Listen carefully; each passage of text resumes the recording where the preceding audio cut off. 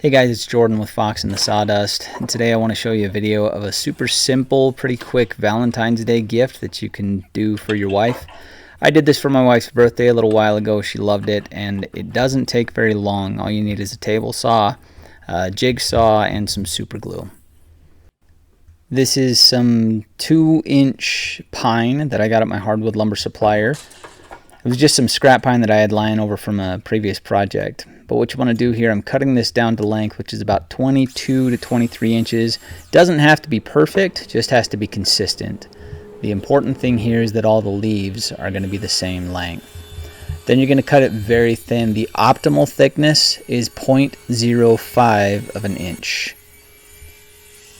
I've done this enough to know that the thicker you get it, it snaps too easily. The thinner you get it, it also snaps easy, but it also, if it doesn't snap, it just bends in a weird way on the leaves when you're trying to make the flower. So 0.05 is the optimum thickness that you're going for. You might have to play with your table saw to get there. But once you do get there, you'll wind up with 8 symmetrical and perfectly identical pieces of pine that you can use as leaves. And what we do now is we grab this bin, we're going to fill it with water. What I've noticed when I do this is that it actually helps if the water is warm, but it's not necessarily essential. It just means that you can use them a little bit faster.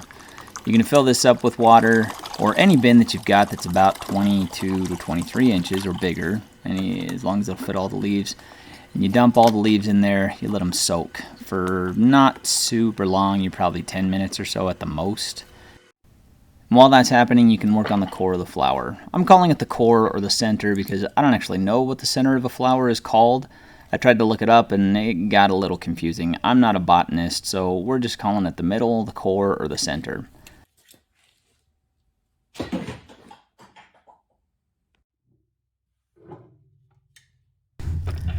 Now I'm going to take an alligator clamp and clamp this piece of wood back down to my workbench. And I usually do this process with my bandsaw, but I know some of you guys probably don't have a bandsaw, and most of you guys probably have a jigsaw. If you don't have a jigsaw, you should get one. It is one of those very versatile tools that you just want to have around whenever you need to cut shapes. One of the things that I learned this time around is that this process is actually easier with a jigsaw. I've been using my bandsaw this whole time, and it just takes a little bit more time. So this is a lot simpler, and this is how I'm going to be doing it in the future.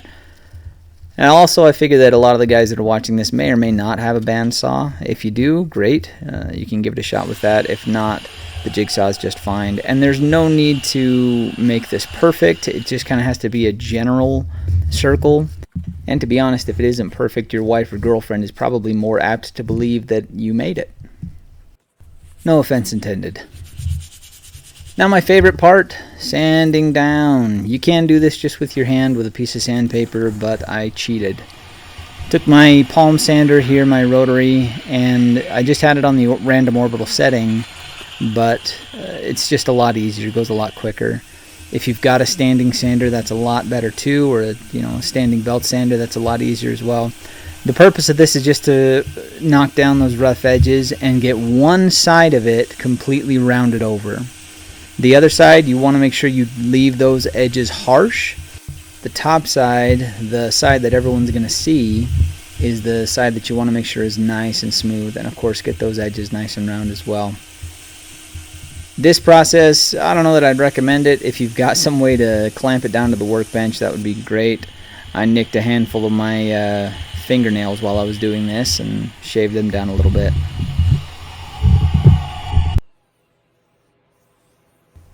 And as my wife would say, not perfect, but pleasing. Here's the fun part of making these. We're going to walk back over to our flower petals here. They're still wet. You want to dry them off a little bit just because the excess moisture makes it more difficult for the glue to actually dry. And we're going to bend them down. I find that if I have a surface that I can put the one edge on, it really helps to assist with the stress on that wood. You're going to slowly bend it to where the ends meet. Then you're going to take your CA glue. It could be super glue, it could be crazy glue, it could be Gorilla Glue, whatever you've got. I've just got some Star Bond that I bought online, mostly because it comes with an accelerator can. So it's super convenient because it makes the glue dry super fast. and you want to put a very small bead right across the ridge where the two sides connect. And then if you've got the accelerator, great. Give it a quick spray. You have to hold it for about 10 seconds.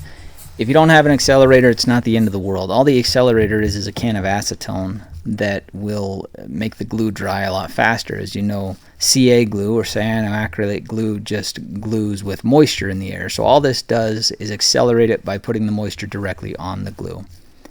If you don't have it, you just got to hold it for probably a minute or so, and it'll dry just fine. I also put a little ridge right in the center just to make sure that there's not going to be any movement. Little spray of accelerator there.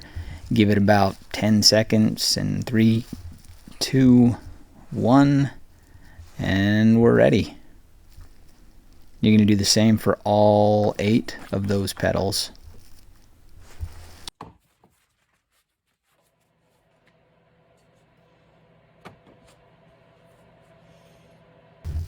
Now that we've got all the pieces, it's time to put them together. So, one petal at a time. The first one, I like to put a little leveler on there to make sure that it's going to be the same level.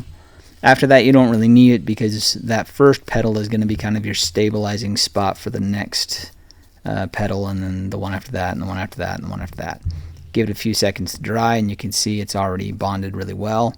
Now I'm just holding it with my thumb on the second petal, using the first petal as stabilization. Same with all of the rest of them. You just hold it down there and it holds tight. On this one, they rounded so well that I wound up only needing 7 instead of 8 petals like normal, but now it's all done. I'm going to put a big glob right down the center and then give it a spray of accelerator just to make sure nothing's going to move and it's going to stay put for a long time. I've shipped a handful of these out off of Etsy, and so I like doing that just because it gives it some more stability. If you're just making it for your wife or your girlfriend, may or may not need that necessarily.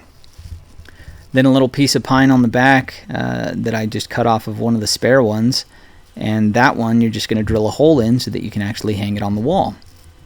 That's all that one's for. But if you put a little glue around the whole ring of the flowers of all the petals, then it'll also hold it in place. And there's your finished product. This is one that I made for my wife last year on her birthday, and she loves it. It hangs in our living room. You guys got any questions? Feel free to reach out. If you liked what you saw, don't forget to like and subscribe, and we'll see you next time.